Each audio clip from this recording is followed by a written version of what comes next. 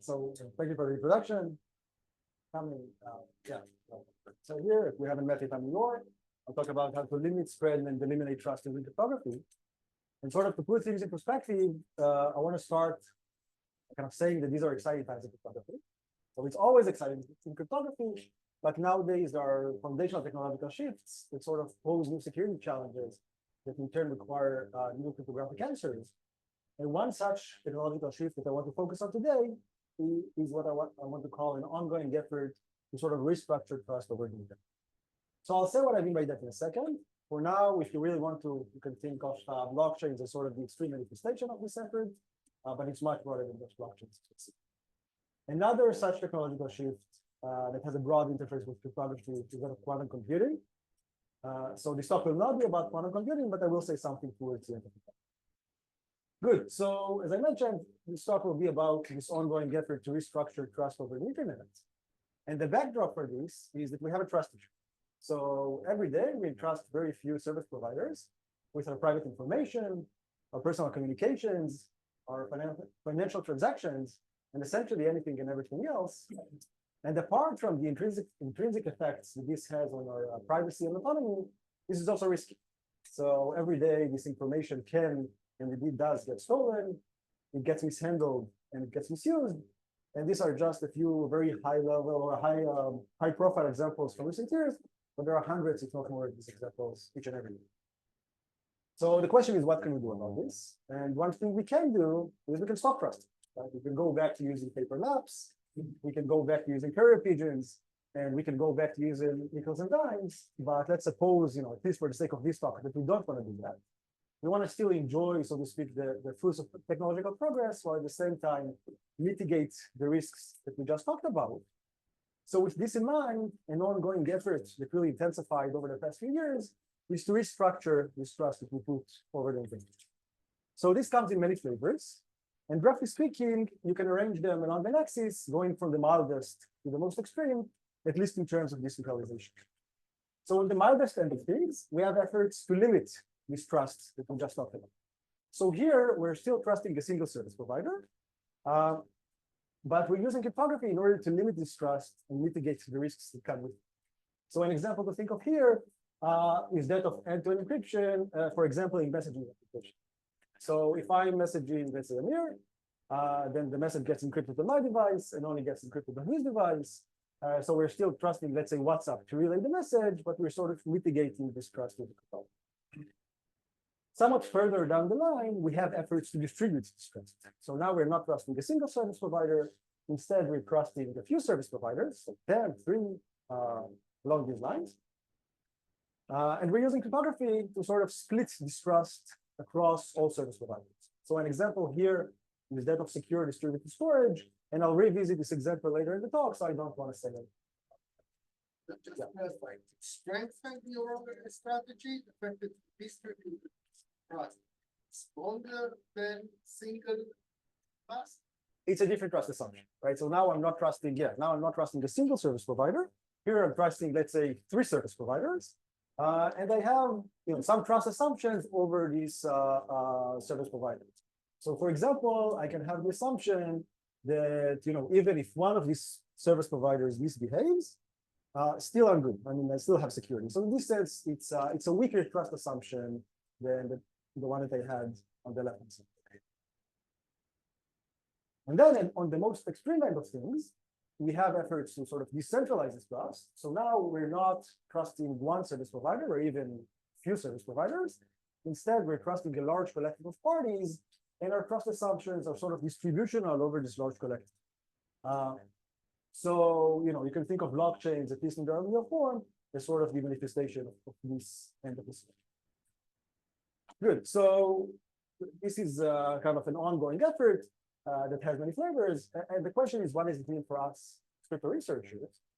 Well, for starters, it means a myriad of new research questions with very concrete real-world implications. And I like to think of these questions as being partitioned into 3 buckets. So at the basic level, we have foundational questions. So these are questions like, what's the validity of basic security assumptions? What do different proof techniques mean for security, and so forth. One level up, we have questions that go to the task of making cryptography usable in the real world. So this is mainly about improving efficiency and security. And we see this an important effort of getting post-quantum security or security against quantum attacks. And then at the top level, we have questions that try to identify needs in the real world that are unmet by current cryptographic notions and techniques, and sort of coming up with new cryptographic tools to meet. So my research will spend all these buckets, and unfortunately, we won't have time to talk about everything today. So what I want to do is I want to kind of highlight 2 or 3 lines of research that hopefully exemplify the full spectrum. So we'll start by discussing some more foundational work on the security of time-release cryptography and Schnorr signatures. So for now, these are just words, but hopefully in 10 to 20 minutes, we'll become much clearer. And then we'll talk about the more recent line of works that deals with accountability and threshold cryptography. So this is in a different color, because hopefully, if time will allow this, here we'll see some more technical details. Good. And I should mention, please stop me at any time. Okay. Good. So I want to start by discussing time-release cryptography and Schnorr signatures. And sort of the overarching story here is an effort to strengthen the confidence in real-world cryptography. So a basic goal that we have in cryptography is to base as much or as many assumptions, heuristics, and constructions that we can on a small, very well understood set of mathematical assumptions. So this can be the hardness of factoring integers, the hardness of computing discrete log and cyclic groups, and the hardness of shortest vector assumptions and analysis. And sort of we want to base as much as we can on this small set of assumptions. So I want to examine this goal through the lens of time-release cryptography and Schnorr signatures. So let's start by discussing time-release cryptography. Well, what is time-release cryptography? It's best understood in contrast with traditional cryptography. So in traditional cryptography, we're essentially expecting security forever. So if I'm encrypting the message today, my expectation is that this message will remain hidden essentially for all eternity. In time-release cryptography, in contrast, we're only interested in security for some tunable amount of time. So this can be anything. It can be 10 minutes, 2 days, or 25 minutes. So if I'm encrypting the message today, let's say for 2 days, this message will remain hidden for 2 days, and then some magic occurs, and it's after 2 days it's published for the world to see. Or exactly. So not exactly, but roughly. Okay. So after 2 days, I am interested in the fact that after 2 days, this message is published. So maybe it's not 2 days, maybe it's 2.5 days, but I do want the message to become public after some tunable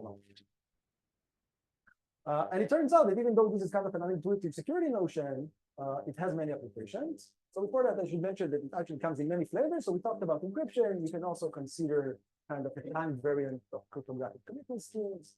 You can think of verifiable relay functions, which you can think of as a timed variant of digital signatures. There are more flavors. And it turns out that all these flavors have many applications in cryptography and beyond. So just to name a few, we have resource efficient blockchains, randomness beacons, honesty preserving auctions, and more. And even though, as we'll see on the next slide, this is not a new notion by any stretch, it has seen a recent surge in interest both in industry and in academia due to new and evolving applications. Good. So this is time-release cryptography. The question is, how do we construct time-release cryptography? And this is typically done by relying on an assumption, which we can call the iterated squaring assumption or the repeated squaring assumption. So what is this assumption? Well, first of all, it was put forth by Rivest, Chanur, and Wagner back in 1996. And as I mentioned, it serves as the basis for most of time-release cryptography. So the assumption is the following. It says that computing the function that maps x to x to the 2 to the t mod n takes time t, even if I give you some preprocessing stage and a polynomial number of processes. So let's be a bit more precise here. What do I mean by time t? I mean the time that it takes you to do t sequential multiplications modulo n. So know that you can compute this function using t sequential multiplications mod n by repeated squaring, hence the name of the function or the assumption. So the assumption essentially says that you cannot do much better than the trivial algorithm of repeated squaring. And also note that this modulus n has to be a hard to factor modulus. Its factorization needs to be hidden. And why is that? Well, if factoring n is easy, the assumption is false. So here's the attack. What you do is you simply reduce 2 to the t mod phi of n, where phi is Euler's Gaussian function, kind of describing the order of the multiplicative group mod n. And then you just take x to the power of the result. Okay, so this computation takes you time much less than t, roughly 4 logarithmic in t. And by basic group theory, it's correct. Right? So we know that if factoring is easy, or the factorization of n is known, then the assumption is false. However, it was not known that if factoring is hard, then the assumption is indeed true. Right? And indeed, for 25 years, this remained sort of a standalone assumption, tailor-made for time-domain cryptography, and we didn't know of any connection to a better understood assumption we have in cryptography, like the hardest effect. Right? And this is kind of unsatisfactory state of affairs once we're starting to implement these systems in the evolve, and we're not sure if the basic security assumption that underlies them is in fact valid. Yeah. So this changed a few years ago when we proved kind of informally that speeding up iterated squaring generically, and I'll say what I mean by that in a second, is actually equivalent to factoring n. So it's not just that if factoring n is easy, then iterated squaring can be sped up. It's also that if it can be sped up, you can actually factor in. Right? So what do we mean by that? Let's parse this informal theorem for a second. Well, by generically, I mean by a generic ring algorithm. Well, what's that? A generic ring algorithm is an algorithm that computes on elements in the ring Zn using the ring operations. So addition, subtraction, multiplication, and division. So if you really want to, you can see this as a generalization of rational functions over the ring.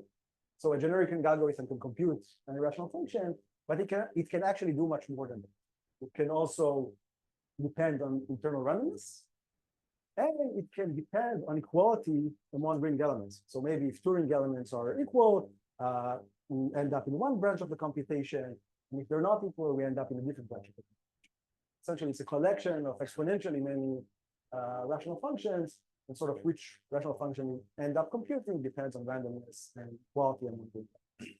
And it turns out that this is a very expressive class of computation, and actually almost all constructions that we have in cryptography over the string Zn are instructions. So this is what I mean by generically. Please stop me if anything is unclear. And now that we kind of defined this notion of generically, we can say what we mean by speeding up iterative squaring. Well, this just means using less than t sequential data. Right? So if you can do that, you can find it. And indeed, I won't show you the proof today, we won't have time, but kind of the proof is by reduction. So we take any such algorithm that computes iterated squaring non-trivially, so in time, which is less than t sequential ring operations, and we sort of convert it into an algorithm that actually factors these models.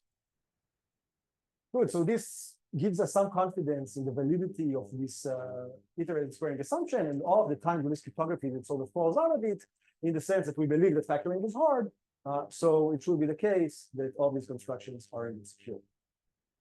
And I should mention that I kind of formulated this theorem addressing iterated squaring, but you can actually quantify it, and then it applies to any multivariate function over the ring that can itself be expressed as a general ring. Good. So kind of before moving forward, I want to mention two follow-up works. So one is a result of a similar flavor. It also studies the security of iterated squaring, but it's an incomparable security result. It considers a different class of algorithms, which is incomparable to generic ring algorithms. And it reduces not to the security or the hardest of factoring, but the security of the RSA assumption, which is a different assumption we have in cryptography, which we believe is true. But what's nice about this result, it actually applies to any group whose order is computationally repeated. So what do I mean by that? It's a group that if I give you the group representation, it should be computationally infeasible to compute the group's order from this representation. So what we saw in the previous slide sort of applies to the multiplicative group module when. This applies to any such group. And why is this important? Well, it also applies to class groups of imaginary quadratic fields, which we use in cryptography and have some advantages over the multiplicative group model. A second follow-up work that I want to mention is kind of the flip side of things. So this is an impossibility result. Well, the previous result sort of reduced the security of time-domain cryptography to the hardest of factoring. But for all we know, we can all wake up tomorrow and find out that factoring is easy. So one thing that we want in cryptography is to diversify assumptions. And here we kind of prove that the natural direction that you can look at in order to construct time-domain cryptography, which is cyclic groups in which we believe that the discrete log problem is hard. Well, this direction is very unlikely to give you time to prove the impossibility result that kind of rules out a very large class of instructions in these groups. So this sort of directs the community to other directions when trying to diversify the assumptions which construct Handler's cryptography. And here we also introduce a new framework for proving the possibility result in discrete long hard groups, and sort of many follow-up works prove other impossibility results with it. Yeah. Here? Yes. Known order groups, and I give you the group order. Yeah. Good. So if there are no further questions about Handler's cryptography, I want to tell you a little bit about most of it. Yeah.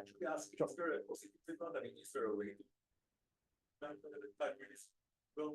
Yeah, so the way we do this is based on this assumption.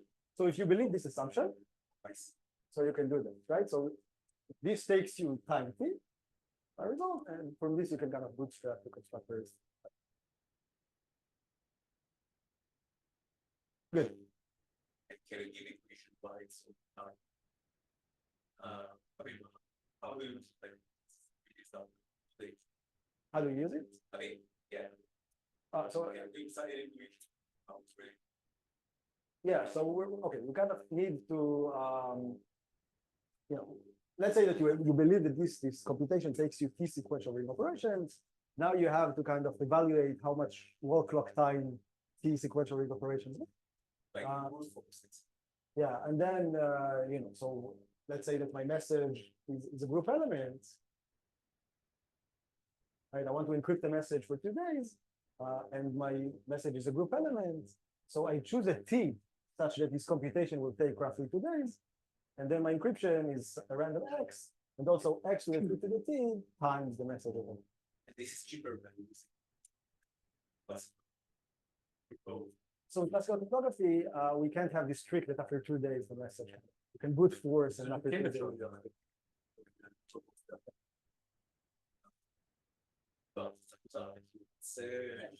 אתה רוצה שאנשים כן יוכלו. כן.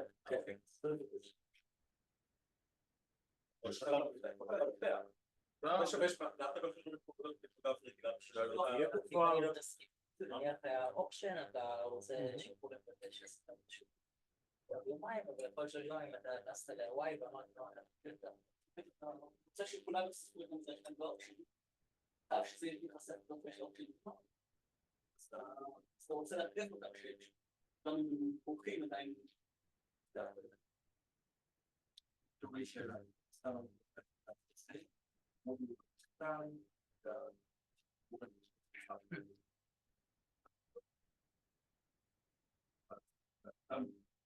killing down the parameter, כן,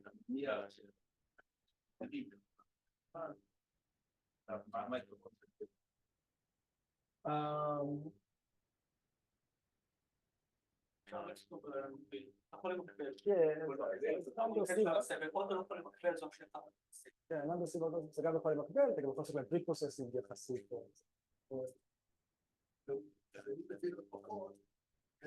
אני לא מבין את הסקוונציאלי, כמה אתה מסתמך על זה, בידוע, אבל אתה לא יודע בוודאות. אז אני לא יודע בוודאות, מה שהראינו פה, שעבור קלאס מאוד רחב של התקפות, אם אתה יכול לשבור את הסקוונציאליות לזה, אז אתה יכול לפקטר את זה. זה מה אנחנו מניחים שיש. ליאור, האם יש מודל של זמן שהוא לא כמה עבודה זה לוקח? זאת אומרת, פה אם נראה לי, אתה רוצה ללכוד את זה בשבוע, אז מחשב יצטרך לעבוד שבוע ברצף. אם יש מודלים כלשהם שבהם אתה יכול לעשות משהו, האם לא, שלא ידרוש עבודה רציפה לאורך כל הזמן הזה?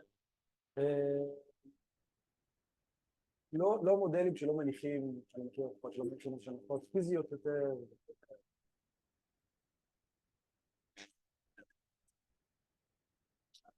שלא מי שצד עדיין. Okay. So any further questions? All right. But let's move to Schnorr signatures. What are Schnorr signatures? These are the signature schemes were introduced by Klaus Schnorr in the late 80s. They're very important both from a foundational perspective and a real-world perspective. So foundationally, they serve as the template for many subsequent protocols we have in cryptography, that sort of extend Tor signatures. And in terms of real-world importance, well, they were out of use for quite a while because of a patent, but the patent expired. So now they're gaining momentum. So they're enabled with TLS 1.3, and hundreds of billions of dollars nowadays are secured on blockchains using Tor signatures. And actually, they're simple and efficient, and they're so simple that I can fully specify them on the space that we have here on the slide. So what I want to focus on is the fact that they're defined over some cyclic group G of prime order P. And this group is cyclic, so it's generated by some generator G. So, this is kind of the full specification of Tor signatures. The cryptographers here in the audience know this in their sleep. For the rest of you, it won't be important for the rest of the talk. I just want to kind of flash this for completeness, nature. But yeah, we don't have to know this. All we need to know is the fact that it's defined over a cyclic group G of prime order, and it's generated by some generator G. And what I do want to focus on is how do we prove the security of those? Well, this is typically proven via security reduction to the discrete log problem in G. So the problem is this: given little g, the generator, and g to the x for some random x, you need to compute x. And we believe that we have groups in which this is fine. So what do we mean by security reduction? Well, the security reduction takes an adversary that breaks the security of Schnorr signatures and transforms it into an algorithm that computes the discrete log in the underlying group. So if the discrete log should be hard in the underlying group, Schnorr signatures should be secure. One thing, one caveat of all these reductions is that they're non-tight. So what do I mean by the fact that they're non-tight? Well, they take an adversary that breaks the security of Schnorr signatures, that runs in time t and has success probability epsilon in breaking the security of the signature scheme, and transforms it into a discrete log algorithm that runs in roughly the same time, but whose success probability is much smaller. So it's roughly epsilon squared. So why is this important? Well, asymptotically, it's not, right? If t is polynomial and epsilon is smaller than any inverse polynomial, then so are t prime and epsilon prime. But once you instantiate a scheme in the real world, you have to choose parameters and you sort of lose the asymptotics, right?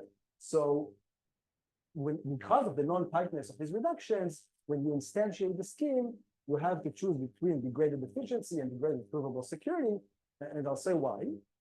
So we believe that we have groups in which discrete log is hard. So how hard? Well, we believe that an algorithm that runs in time t prime has success probability at most t prime squared over the size of the group to compute discrete log.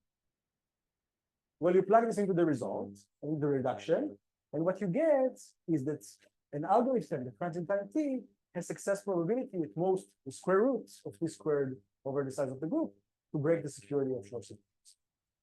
And as it turns out, this is much greater than the actual best known attack that we have against Schnorr signatures that just goes through discrete log computation. So its success probability is roughly t squared over the size. So there's a square root gap between the best bound, security bound that we know how to prove for Schnorr signatures and the best bound that we believe that we could potentially prove. And why is this important? Well, now when you choose the parameters of the scheme, namely when you choose the group size, you have to choose which bound do you use. So if you're using this bound, you kind of don't have provable security. You don't know how to prove this.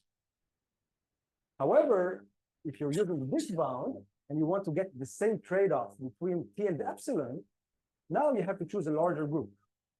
And when you enlarge the group, you lose in efficiency because now signatures are longer and they take more time to produce it. And as it turns out, this square root gap is kind of annoying. So it appeared already in Schnorr's original proof back in 1989, and it kind of persisted ever since. So follow-up courses that kind of considered variants of this problem also had this square root.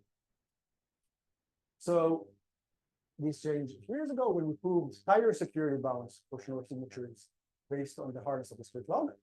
So I'll tell you what the bound that we get is. So we prove that an adversary that runs in time t has success probability most t squared over the size of the group, raised to the power of 2/3, which is an improvement over this exponent of 1/2. It's still not, all the way to an exponent of 1 as we would like to be, but it's the first time that we kind of circumvented this barrier since 1999, and it has practical implications. So, for example, let's say that we have an attacker that runs in time 2 to the 80, and the security parameter, which is roughly log of the size of the group, is 256. So this group is roughly of size 2 to the 256. Well, we improve the provable security from 2 to the minus 48 to 2 to the minus 60. Are there really no constants anymore? They're constants, but they're not both.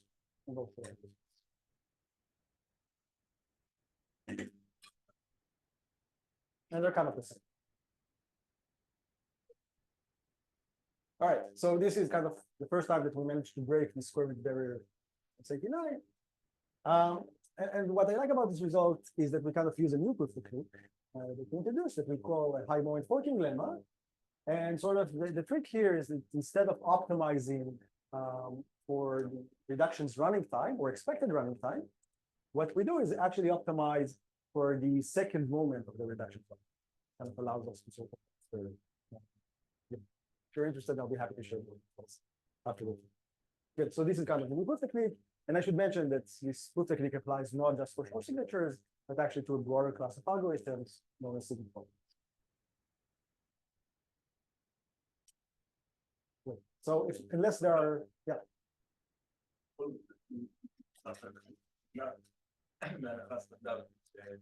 so perfect. So typically, so previous reductions kind of relied on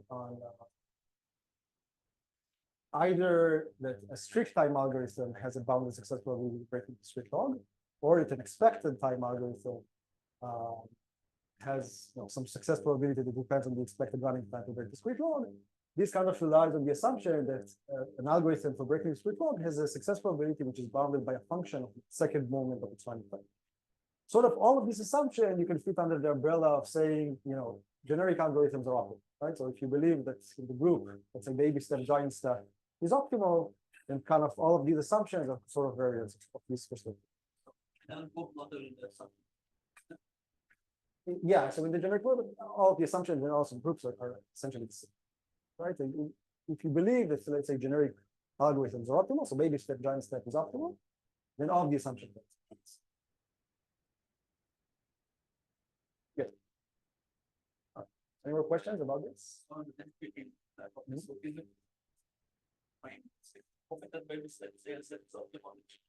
Yeah. Good. So if there are no further questions, let me jump to the more technical part of the talk, which is accountability of cryptography. And kind of the question that we want to study here is, does using threshold cryptography mean sacrificing accountability? And I'll tell you why this is a question right now. So what is threshold cryptography? Well, again, it's best understood in contrast to traditional cryptography. So in traditional cryptography, we have one party that holds one key, and this key can allow for some cryptographic operations. So this can be decrypting the ciphertext, signing the message. Maybe it's not a cryptographic key, it's just a piece of some confidential information in and of itself, and so forth.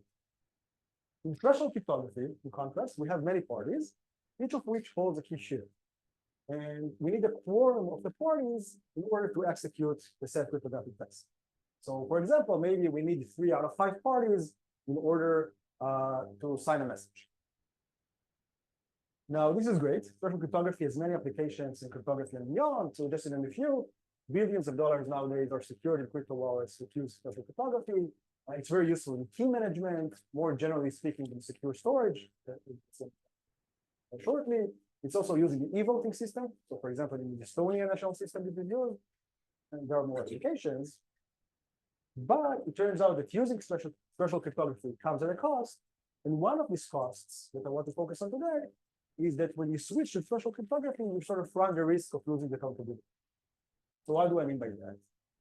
In standard cryptography, when we have one party with one key, well, if something goes wrong, let's say this key gets leaked or a function of it gets leaked, or maybe it's misused, maybe a message that wasn't supposed to get signed, well, then immediately we know who to blame. Like there's one party with one key, this party is to blame. In threshold cryptography, on the other hand, when you have many parties with many key shares, if something goes wrong, so a function of these key shares gets leaked or misused, well, we don't necessarily know who to blame.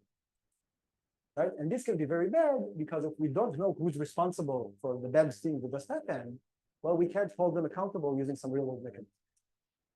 And if we can't hold them accountable, we might end up in a moral hazard situation in which parties have an incentive to misbehave, but they don't have a counter incentive to stop it. So The threshold means that more than one party to count. You can't just blame one, right? So- You need more than 5 to hold down. So, okay, now it depends on what's the bad thing that happened. You know, I don't, let's say that the SK5 leaked, then maybe I could just blame SK5 or the fifth party. But there are other things that, you know, the message gets signed, it wasn't supposed to get signed. Then yeah, so we need at least 2 of the parties responsible for it, and then we could hope to actually blame and catch 5 parties or 3 parties. Like, look at the parties of the It depends, not necessarily. It depends on the application. So typically you could set 2 to be. For example, in blockchains, this typically 1 to.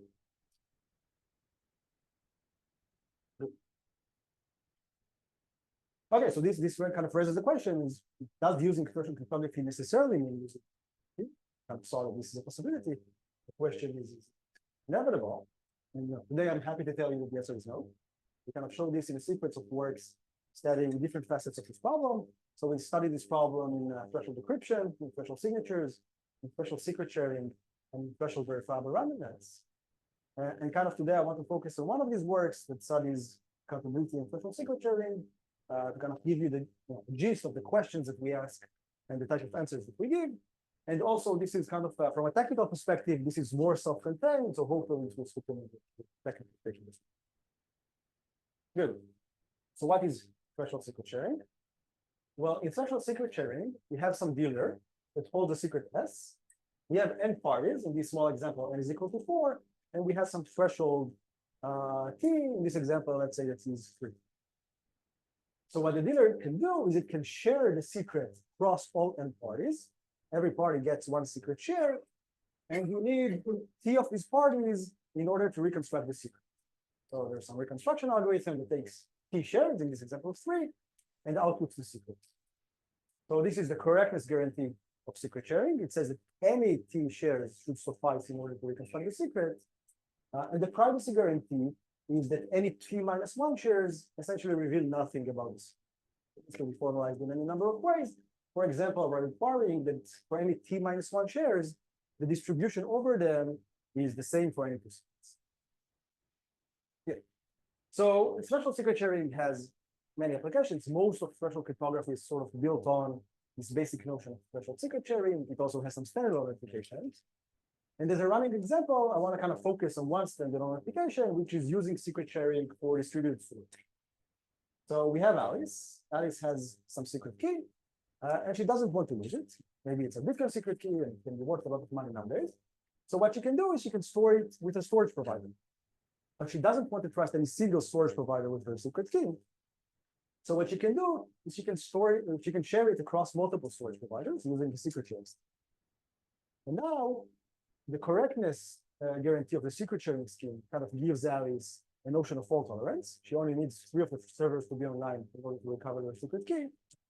And the privacy guarantee gives her security even against bounded collusion. So in this example, if 2 of the servers come together, we still learn nothing about Alice's. Okay, so this is the notion. Note, however, that when moving from one storage provider to many storage providers, Alice runs the risk of losing accountability. So what do I mean by that? Let's kind of be a bit more explicit. So the question that we want to study is what happens if some of the servers decide to sell their share. So let's say that server 1 and server 2 put up a for sale sign, some adversary comes along, pays the money, and in response learns share 1 and share 2. Well, this is very bad, right? This essentially reduces the threshold to 1, and now this adversary needs to only learn 1 more secret in order to completely steal Alice's key. So we want to protect against this. And note that short of making physical or highly heuristic assumption, we can't really stop server 1 and server 2 from selling the share. What we can hope to do is we can hope to deter them. So if we get a hold of this leak, if we can trace it back to the misbehaving parties, Well, then if this is coupled with some real world accountability mechanism, then this we can deter the servers from actually selling their shares. Okay, so this is what. And as a contrapositive, if we don't have this accountability mechanism, well, then we end up in a moral hazard situation where the servers have an incentive to leak. Right? There's an adversary willing to pay the money in order to learn their secret shares, and nothing stops them from this. Right? It's risky. Okay. So this is the question or the goal that we want to tackle. If we get a hold of this leak, to trace it back to the misbehaving servers. But now the question is, how do we model this leak? What is this leak? Right? So one option is to just assume that shares are sold as is. The servers do nothing to them, they just send them as is to the adversary who pays the money. And indeed, the basic observation is that if this assumption holds, then tracing is easy. Right? Or at least it's easy to come up with a secret sharing scheme in which tracing is trivial. So let's see an example. Let's suppose that each share has two parts. There's a functional part that's actually used for reconstruction, and then there's a dummy part that's only used for identification. So this part tells you whose share it is, but it's not used for reconstruction. It's not functional. Well, here, it's very easy to trace. I just look at this part of the secret share and I know who sold it. But this example also shows that it's kind of unrealistic to assume the shares are equal. On server I can just leak this part, which is equal to that. Search security is just the same, but now I can't trivially trace as I did before. Even worse, this server might leak this part and identify and sort of blame the different part. But we can't really assume the shares are equal.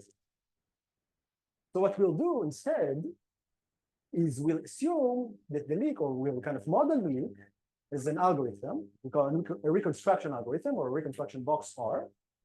What this algorithm does, it knows some leaked shares, share 1 and share 2, for example. We're not assuming that we know anything about how this algorithm uses the shares, only that their shares were leaked. And it takes in as input the necessary additional information in order to recover the secret. So in our example, T is equal to 3, and there are 2 leaks. So the algorithm takes in 1 additional share as input, and then it outputs a secret, which supposedly speaking is the result of reconstructing the secret from the leaked shares and the input.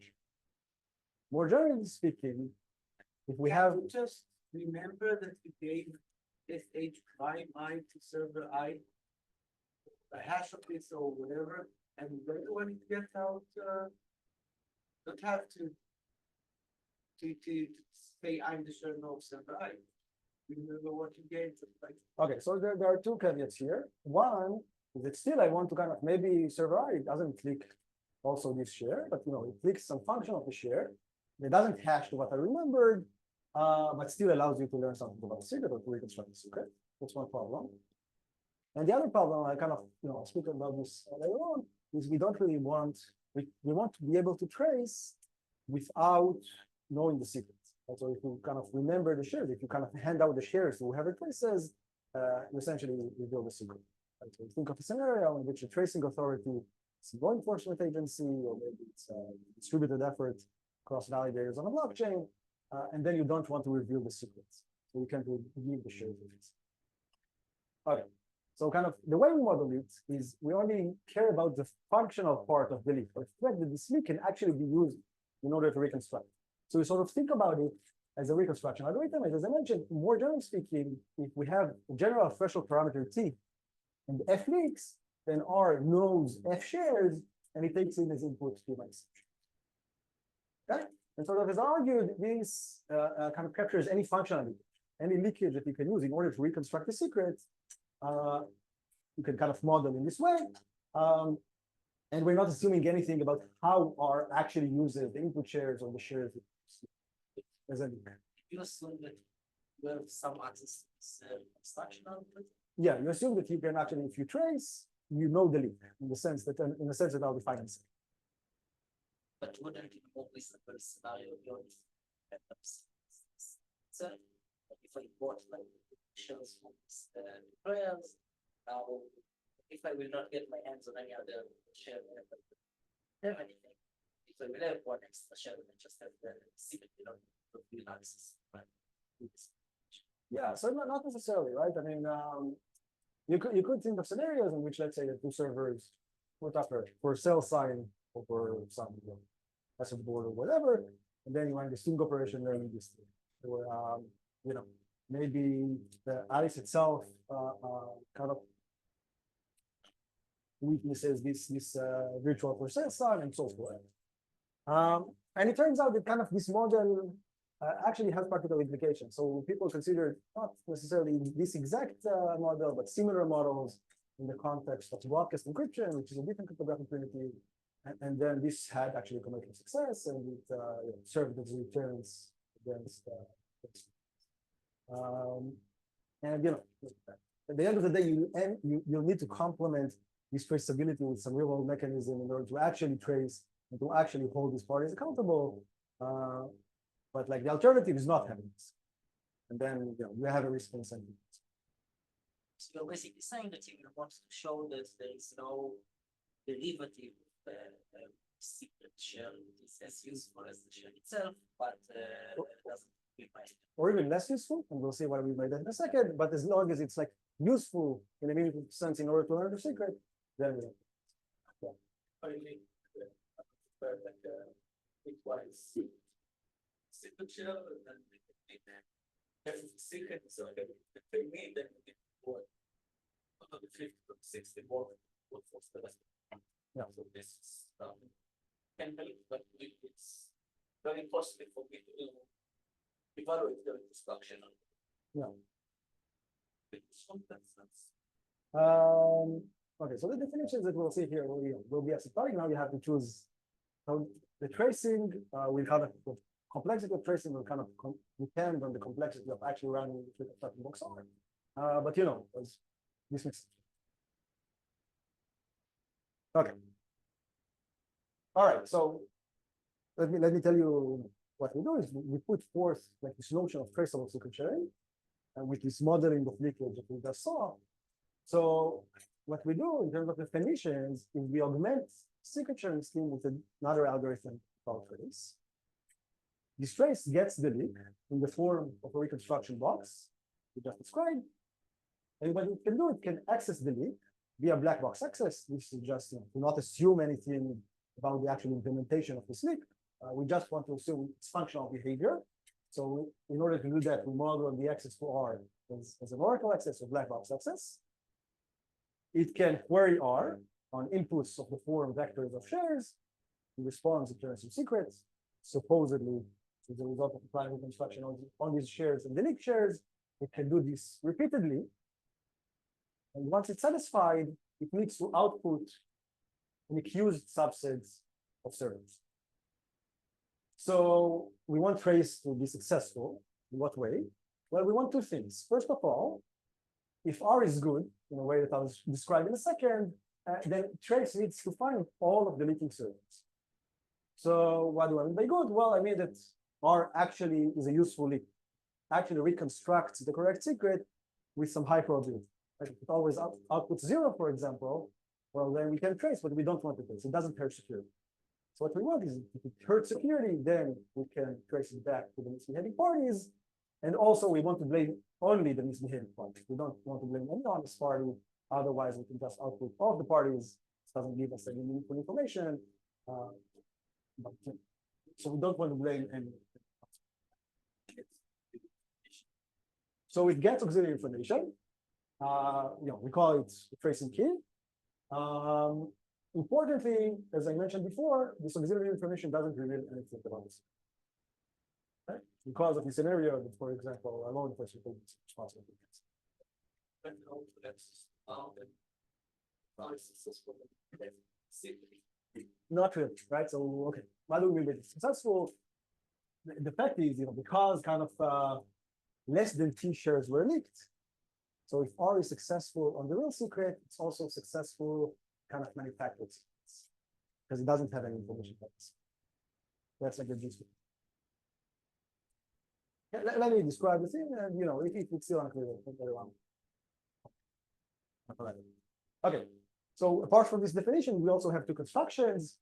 Both of them are efficient under some matrix that I'll describe in a second, and they're also based on existing widely used secret sharing schemes, both of which are important for applications, as we show in a follow-up work. And kind of these are two constructions, so you can be interested in the tracing complexity, measure the number of queries to R.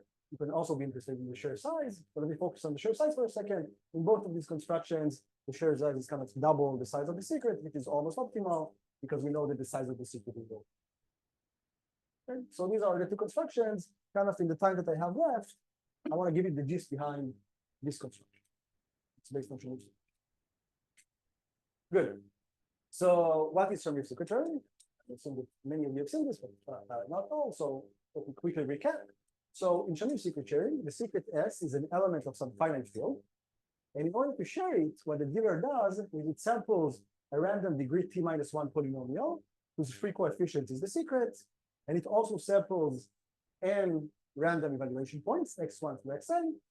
And then the ith secret is xi, comma, g of x. Okay? For the competitors in the audience, this part sometimes is not necessary. Sometimes you assign these evaluation points deterministically. This doesn't hurt security. But for us, it will be important that we actually sample these points. Okay, so let's see this tutorially because we'll use this in a second. Let's say now that the threshold is 4. So we sample a random degree 3 polynomial whose free coefficient is the secret. And then the first share is just a random point x1 and the evaluation of this polynomial at x1. And we can do this repeatedly as many times as we want up to the size. Good.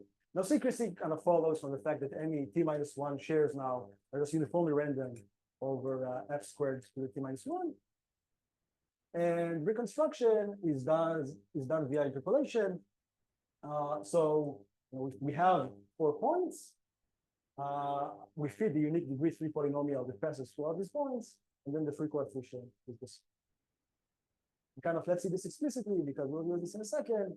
So now the way we reconstruct the secret, if we're using the set S of evaluation points, the secret S is a linear combination of the evaluations with coefficients which are the Lagrange coefficients. Right? So coefficient with respect to x is the product of overall x prime in the evaluation set minus x of x prime over x prime minus x. Good. So this is the picture that we should have in mind now. Now shares are pairs in f squared. The reconstruction box has 2 shares in it. It takes in an additional share of the form x comma y, and it outputs a field element. And the high-level idea will be using the Oracle access law to sort of extract the x values that are hard-coded in it, that were leaked. The x value, so in this case, it's x1 and x2. So again, this reveals nothing about the secret, these are just random points. And sort of map these x's back to the misbehaving parties because they were assigned. How much time do I have, by the way? Sure, okay. So let's see the gist of things. So what's the idea? The idea is that we're only interested in detecting or tracing back R's that are good. Right? So what does it mean that R is good? Well, it means that its S that it outputs is indeed the result of applying Lagrange interpolation onto the leaked shares and the input share with some high probability. Right? So this is just a Lagrange interpolation equation. So let's assume for a second that it's not with high probability, but with probability 1. We actually get rid of this. So now the idea is to consider 2 correlated invocations of R. One time we run R with x comma y. This gives us some secret S that with probability 1 satisfies the Lagrange interpolation equation. One time we'll run R with a correlated input, so the same x but a different y prime. Okay, so this gives us another equation with a different y and a different secret S. So now if we subtract and rearrange, what we get is that the inverse of the Lagrange coefficient of x is equal to y prime minus y over s minus s prime. Well, what is this inverse of Lagrange coefficient? We know what it is. We just saw this a couple of slides ago. This is x1 minus x times x2 minus x over x. Okay. More generally speaking, let's say that we have some general threshold parameter t. Let's still assume that the number of leaks is t-1, which is definitely a typical representation. Well, then what we get is that the product over all corrupted i's of xi minus x over xi is equal to y prime minus y over s. What do we know here? We know x, y, and y prime. These were inputs to R. And we know s and s prime because these were outputs. We don't know the xi's because these are the corrupted xi's, and this is exactly what we find. So now the trick, or the observation, is to look at this thing, this equality, as an evaluation of a polynomial. So it's an evaluation of this polynomial, h sub j, at the point z equals to x. Nothing fancy going on here. We just substituted x for this formal variable z, and then it's the evaluation of the polynomial z equals to x. So here we know the evaluation point, which is x, and we know the evaluation because this is y prime minus y plus x prime, but we don't know the polynomial. It depends on the coordinate x side, which is what we call it. We don't know two things about this polynomial, however. So we know the corrupted xi is a roots of this polynomial. It's not hard to see. If you plug in a corrupted xi, the corresponding term goes to 0, and then the entire polynomial goes to 0. And we know, so this is what we're trying to find now. We kind of reduce the problem to finding roots of this polynomial. And we know that this polynomial is of low degree f, where f is the number of problems. So now the whole idea is to do the following. So the auxiliary input, sorry, that mentioned before, will be the x size that were assigned to parties. So note that this doesn't reveal anything about the secret. It doesn't reveal a priori anything about the corrupted parties. And this is the polynomial that we kind of had before. And the idea will be to run f+1 invocations or iterations of what we saw on the previous slides. This gives us f+1 evaluations of this polynomial h sub j. Then we can sort of interpolate h, because this is a degree f. From that, we can factor it to find all of its roots. And as we said, the roots of this polynomial are the x size of the corrupted party, so we map them down. Okay, so that's it. That's the entire pricing algorithm. As we mentioned, here we're assuming that R is perfect, so it always outputs the correct secret, or the secret is the result of the Lagrange interpolation. If it's not, then this completely breaks down. Now we get some faulty evaluations of this polynomial. Maybe, to save some time, let me just tell you that, if this is the case, what we can do, because it's so good, we kind of still have many correct evaluations. So we use list decoding for its own. Okay? We'll leave it at that. There are some technical details to solve here, but it works. So this is kind of the input. All right. So this is kind of all I wanted to say about tracing mixing secret sharing. And unless there are any other questions, maybe I'll take one more minute to kind of highlight two interesting directions. All right. So we kind of started off by saying that these are exciting times in cryptography. And a consequence of that is that what we can call real cryptography is rapidly expanding. So we talked about how new things in the real world kind of beget new cryptographic research. But also, another thing that kind of contributes to this rapid expansion of real world cryptography is the fact that the time to market of new cryptographic ideas that start in research is actually much shorter than it used to be. So we talked about time-to-risk cryptography and special cryptography. These are two notions. Well, okay, there was a market, but it was less substantial, which kind of contributes to the fact that the time to market. Yeah, that's a good point. So kind of we talked about time-to-risk cryptography and special cryptography. These are two notions that existed for 30 or 40 years, but somehow their footprint in the real world today is incomparable to what it was a decade ago. And another example is that of zero-knowledge proofs that sort of, again, existed as a purely theoretical concept for 30 years. Nowadays, the practical implementation or the industrial implementation sometimes it actually predates the academic field. So why am I telling you this? Because I'm excited about this expansion of real-world cryptography, and I want to kind of, to be concrete, mention two very specific questions or directions that I'm excited about. One is what I want to call access-aware cryptography beyond just thresholds. So we talked a lot about threshold cryptography today, but there's nothing sacred about this threshold access structure. You can also consider other access structures, and the important first step is that of weighted threshold cryptography. So in threshold cryptography, a set of parties can execute a set cryptographic test if the number of parties is about some threshold. Here, every party is assigned a weight, and a set of parties can execute a set cryptographic test if their aggregate weight is about some threshold. So this kind of naturally comes up in many scenarios. One of them is the proof of stake blockchains, where parties are naturally associated with a stake, and the stake corresponds to a weight. And there are kind of partial solutions here, so most of them are highly inefficient, and some of them have other caveats. But kind of the basic problem of constructing weighted threshold cryptography that's efficient and secure is still wide open. I'm kind of excited about this direction, which is kind of a natural continuation of my work on special cryptography. And more broadly speaking, further down the line, you can also consider other access structures, maybe sort of pop up in the real world, might have efficient. Another direction, which is, well, this title is kind of wrong, but I'll make it a bit more quick in a second, is that of efficient post-quantum cryptography. So a broad trend is to have post-quantum secure cryptography, or at least a fallback option in case we do have quantum computing one day. So this trend is kind of supported by the White House, like the Ethereum Foundation, by the National Institute of Standards and Technology, and some more government bodies.